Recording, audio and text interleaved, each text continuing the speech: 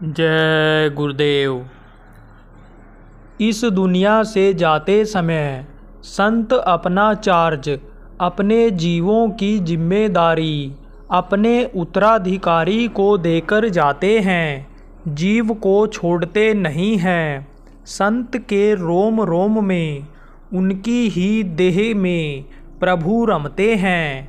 निज धामवासी बाबा जय गुरुदेव जी के आध्यात्मिक उत्तराधिकारी, इस समय के युग पुरुष, पूरे समर्थ संत सतगुरु, दुख हरता उज्जैन वाले बाबा उमाकांत जी महाराज ने सत्संग संदेश में बताया कि गुरु महाराज ने बहुतों का सब कुछ किया और जो जिसके लायक था, जिसके अंदर जैसी भाव भक्ति, श्रद्धा, प्रेम, लगन और मेहनत था, उसी हिसाब से उन्होंने किया और फल दिया।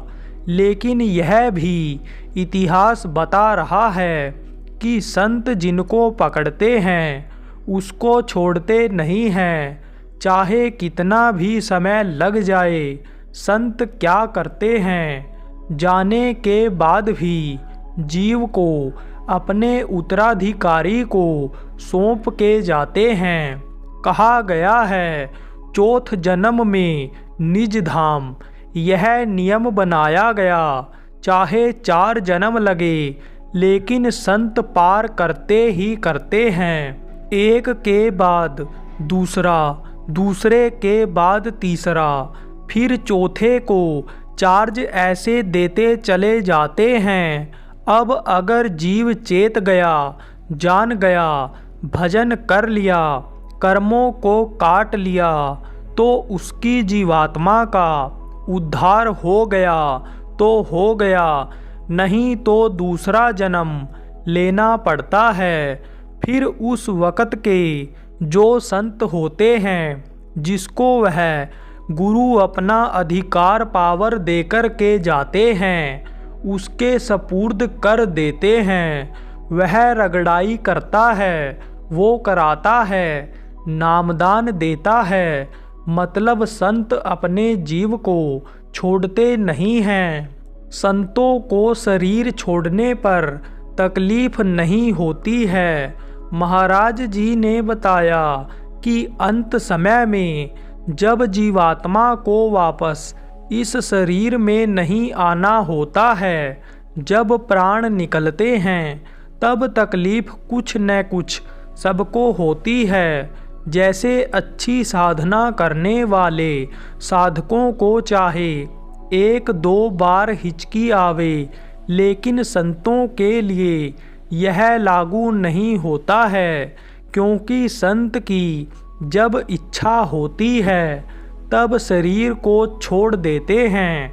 पहले से ही साधना करके अपने शरीर से मोह खत्म कर देते हैं।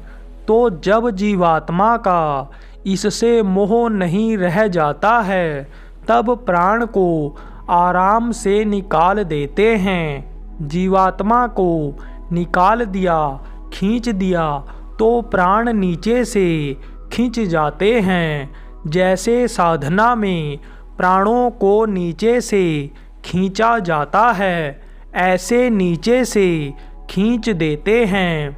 पापी कुकर्मी को तो हड्डी हड्डी का दर्द सहन करना पड़ता है।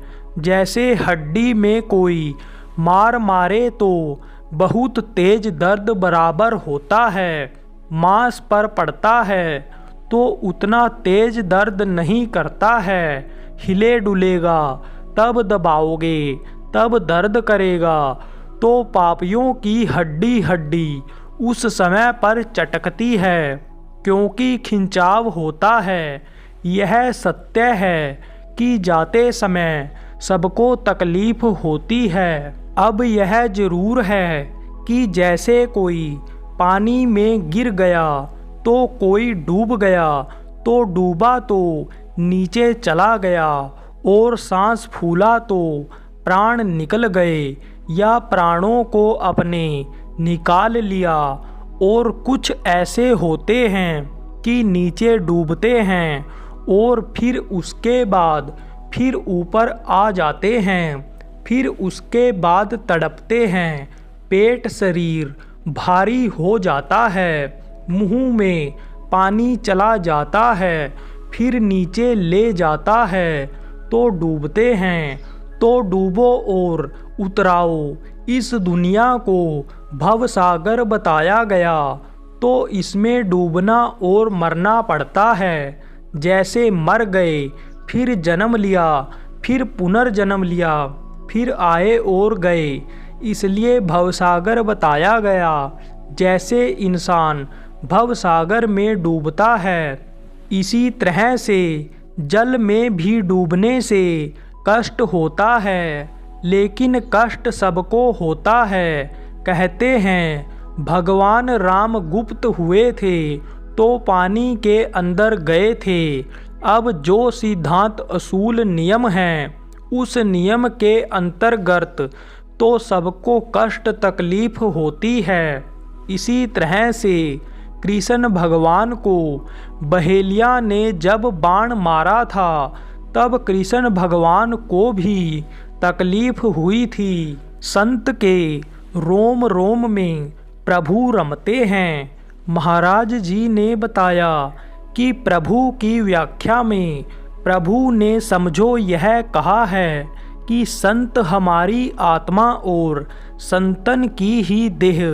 संत की आत्मा उतनी ही पावरफुल ताकत वाली है। मेरी ही ताकत उनमें है। जो संतों का देह समझो मेरा ही देह है, सो जानत ते देव जनाही। जो जानने की कोशिश करता है उन्हीं जैसा हो जाता है।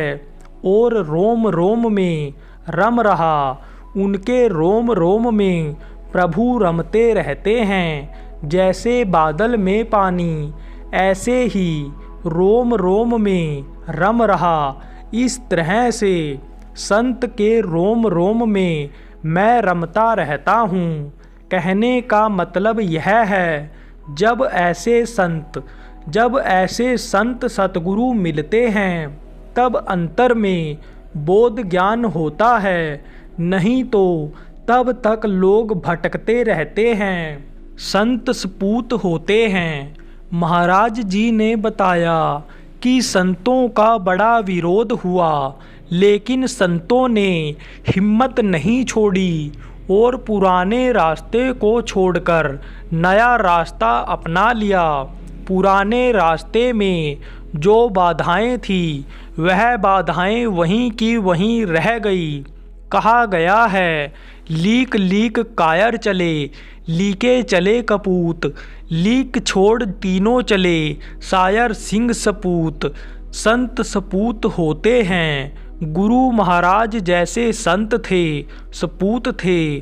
सपूत जो होते हैं, उसे चाहे बाप का कुछ न मिले, चाहे पैतृक संपत्ति न हो, वह खुद संपत्ति बना लेते हैं, खुद प्रतिष्ठा बढ़ा लेते हैं।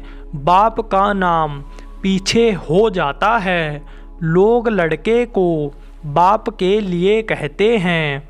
जैसे यह जज साहब के, कलेक्टर साहब के पिताजी हैं। यह नहीं कहना पड़ता है कि यह मास्टर साहब का लड़का है, यानी वह अपना रास्ता खुद बना लेते हैं। जय गुरुदेव।